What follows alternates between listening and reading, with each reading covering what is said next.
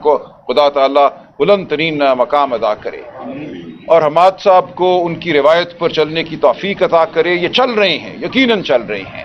جو ثابت قدمی انہوں نے دکھائی ہے، جس عزم کے ساتھ یہ کھڑے ہوئے ہیں، بے خوفی کے ساتھ کھڑے ہوئے ہیں، یہ یقیناً میاں اظہر صاحب ہی کا ورثہ ہے. تو میں بہت ان کو بھی خراج عقیدت پیش کرتا ہوں اور میاں صاحب کی کے لیے ہر لمحہ دعا کرتا ہوں. تو آپ سب دوستوں سے بھی گزارش ہے کہ میاں صاحب ہماری تاریخ کے ایک نمایاں کردار ہیں، ہماری سیاست کے ایک نمایاں کردار ہیں.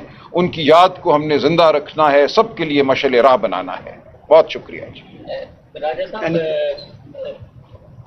موقع تو نہیں ہے لیکن بعض باتیں گردش میں ہیں حلقے کے معاملات کو بھی لے کر اور 9 مئی کے معاملات کو بھی لے کر.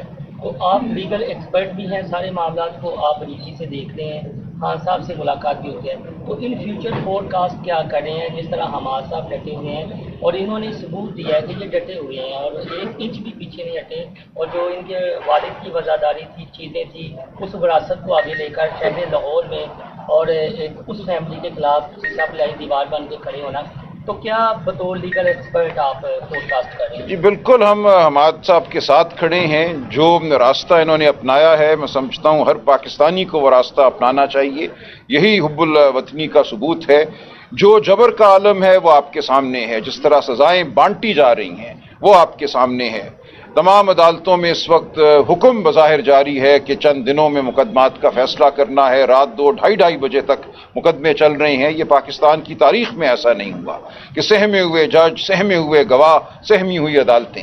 تو ہم اس کا مقابلہ کر رہے ہیں. یہ جبر ہے، یہ فسطائیت ہے. ہمارا مقدمہ پاکستان کی عوام کے سامنے ہے اور پاکستان کی عوام انشاءاللہ ہمیں سرخرو کرے گی. پاکستان میں اگر انسانیت نے قائم رہنا ہے، شرافت نے قائم رہنا ہے، جس کے علمبردار میاں اظہر صاحب تھے، تو ہمیں ہمت سے سامنا کرنا ہوگا اس فسطائیت کا، اور آپ دیکھیں گے فتح ہماری ہوگی.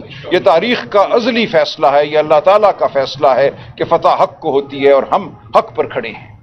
یہ بتائیے گا اپوزیشن لیڈر کو بھی انہوں نے نااہل کر دیا، 10 سال کی سزا بھی دے دیا. اسی طرح چٹھا صاحب جو ہیں، میں نے ان کو بھی 25 لوگ اور کہہ رہے ہیں کہ وہ نااہل کرنے جا رہے ہیں. اس طرح ایک ایک کر کے تو سب کو نااہل کرتے جا رہے ہیں.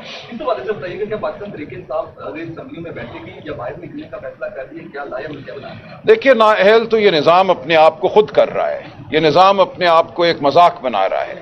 اسمبلیاں اپنی توقیر کھو بیٹھی ہیں. جب جس طریقے سے الیکشن کے رزلٹ کو بدلا گیا، 8 فروری کو پاکستان کی عوام نے واشگاف الفاظ میں عمران خان کے لیے ووٹ ڈالا، جمہوریت کے لیے ووٹ ڈالا.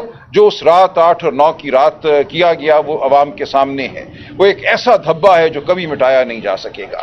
اس کے باوجود ہم ان اسمبلیوں میں بیٹھے، ہم نے کوشش کی کہ جمہوری عمل کو آگے بڑھائیں، ہم نے کوشش کی کہ عدالتی عمل کا ساتھ دیں، لیکن عدالتی عمل پر حملہ ہوا 26ویں آئینی ترمیم کی شکل میں. پورے اس وقت پارلیمانی نظام کو ایک قیدی بنا دیا گیا ہے. ہم نے اس نظام کا حصہ رہنا ہے یا نہیں رہنا، اس کا فیصلہ تو عمران خان صاحب بھی کریں گے. ہم اپنی جگہ کھڑے ہوئے ہیں، اپنے اصولوں پر کھڑے ہوئے ہیں. ویسے 5 اگست کو کون پنجاب سے لیڈ کرے گا؟ پی ٹی آئی کے حوالے سے کوئی پلان بنا لیا آپ لوگوں نے 5 اگست؟ دیکھیں، 5 اگست جو ہے یہ پورے ملک کی کال ہے. ہم نے کسی ایک مخصوص مقام پر پورے پاکستان کو نہیں بلایا. ایسا نہیں ہے کہ ایک جگہ سے دوسری جگہ جانا ہے.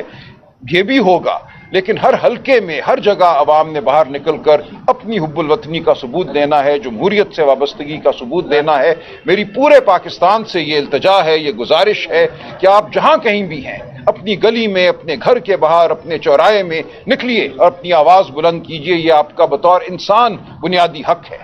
اچھا سلمان صاحب، یہ بتائیں کہ جو حالیہ فیصلے آئیں گے دہشت گردی عدالتوں سے، کیا اگر آپ قانون دان ہیں یہ بتائیے گا کہ ان کے خلاف اگر آپ عدلیہ سے رجوع کرتے ہیں، ہائی کورٹ میں جاتے ہیں، تو کیا وہ فیصلے جس فوٹیجز کی بنیاد پر ان کا فیصلہ ہے 10 سال کی سزائیں، کیا وہ فیصلے جو ہے وہ ختم ہو جائیں گے عدالتوں سے، جو وہ چلیں گے؟ دیکھیں، ایک اس میں اور سوال ہے کہ آپ جو وکیل ہیں، آج وہ سب سے ملک کا غریب طبقہ ہے عدلیہ، ان کے جو جوڈیشل الاؤنس ہے اس کو 3,45,000 سے بڑھا کر 10,96,000 کر دیا ہے. اس پر بھی ذرا دیکھیں، الاؤنس کتنا بڑا کیا ہوا یہ تو میں نہیں جانتا، نہ تبصرہ کروں گا، لیکن میں نہیں سمجھتا کہ یہ فیصلے قائم رہ سکتے ہیں. اگر آئین اور قانون کے مطابق معاملات چلیں، اپیل میں مذکّہ خیز فیصلے ہیں. یہ قوم کے سامنے آ چکا ہے کہ یہ کہا جاتا ہے کہ کوئی زمان پارک میں داخل ہو گیا، سلیمانی ٹوپی پہنے، خان صاحب کوئی گفتگو کر رہے تھے، وہ صوفے پہ بیٹھا رہا یا صوفے کے پیچھے چھپا رہا.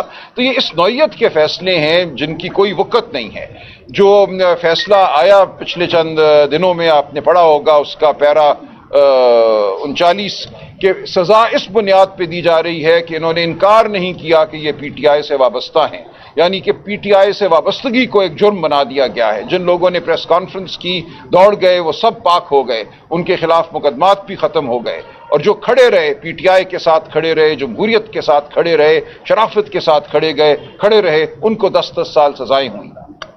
سر یہ بتائیے گا، اب یہاں اظہر مرحوم کی وفات کے بعد ضمنی انتخاب میں اگلا ٹکٹ ملے کس کو دینا چاہتے ہیں؟ دیکھیے، ہم سمجھتے ہیں کہ یہ حلقہ میاں اظہر صاحب کا حلقہ ہے، اس پہ حق ان کا اور ان کے خانوادے کا ہے. تو جو فیصلہ ہوگا پارٹی خاندان سے مشاورت کے ساتھ کرے گی، اور ان کا جو اس حلقے میں کام ہے اس کو بالکل ہم معتبر سمجھتے ہیں، اور اس کو وقت دی جائے گی، اور انشاءاللہ فیصلہ رضامندی سے ہوگا اور صحیح فیصلہ ہوگا. Thank you. بہت شکریہ.